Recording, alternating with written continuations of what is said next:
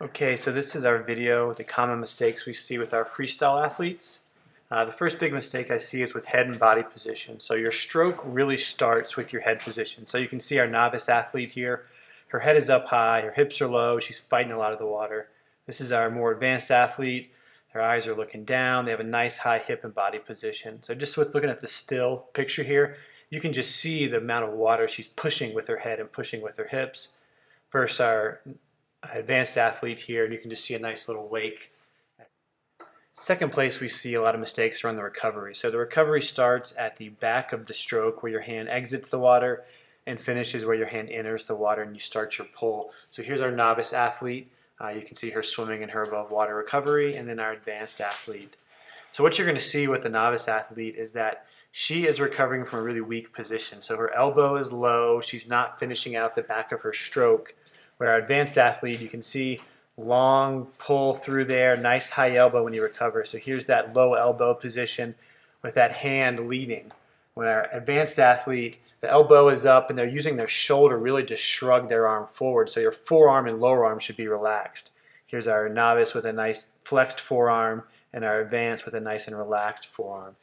Now the most important part of your recovery is setting yourself up for your pull. So our novice athlete drops her elbow, while our advanced athlete has a nice high elbow, high wrist, and goes in the water fingertips first. So you can see here in slow motion, that's setting up this athlete for a powerful pull. So nice high elbow, nice high wrist, fingertips go in the water first, and they're able to extend, reach through, and set themselves up for a powerful pull stroke. Okay, so here's some common mistakes we see with the catch and the pull. So your catch is just that first third of your pull, but it's probably the most important part because that's where the athlete is actually going to grab a hold of the water. So great athletes, great swimmers, what they do is they grab the water and they pull themselves through. So that's what this catch is all about. So we'll see it here. Even our novice athlete sets up pretty well. They're in full extension. You can see our advanced athlete, kind of same position, different recovery position, but that's a timing issue. So you can see our novice athlete is not catching the water. So they're leading with their elbow. They're not letting their wrist flex, getting their hand down and their elbow up. So our novice athlete's not able to engage the big muscles in their back, their lats to pull through. So you see elbows broken there. Where our advanced athlete is on top of their stroke and they're generating a lot of power there. Same thing here, novice athlete, they've broken through their elbow. Our advanced athlete is able to press through and kind of pull themselves through that hole in the water. Our novice athlete here, you can see they've just lost control of the water. Our advanced athlete is finishing out their stroke and pulling through. And then the last thing that you'll see in the pull is novice athlete is pulling out before they kind of reach full extension. Our advanced athlete, maybe a little long, but getting full extension on their stroke. So we'll watch it in real time here, or slow motion. Now watch that right arm as it enters the water. It gets to a long, full extension, and then that pull starts with sweeping your fingers down, your elbow up, and your wrist up. And then the next big place we see mistakes is with rotation and alignment. So this is kind of a carryover from head position. Here is our novice athlete. You can see just real flat in the water, very little rotation. Same thing with this athlete, plowing through the water, not using that natural rotation in their stroke. Now this athlete, you can see they're crossing over their body. So one of the things you see if they don't rotate is athletes will cross through their midline, and what that does is it pushes their hips side to side.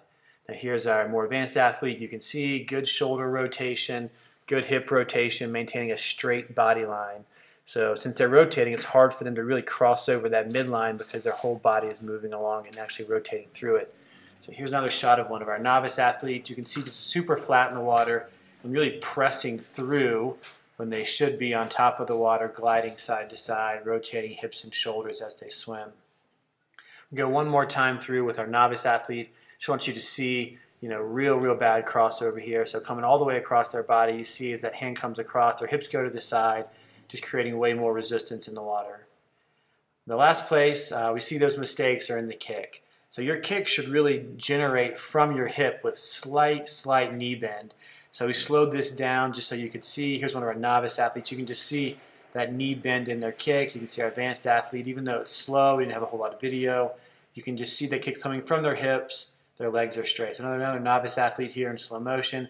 Just lots of knee bend, creating way more resistance and losing hold of the water. So they're generating very little power and creating way too much resistance. And one more time with our advanced athlete, narrow kicks from their hips, letting their legs whip through the water like a set of fins. And those are our common mistakes for freestyle.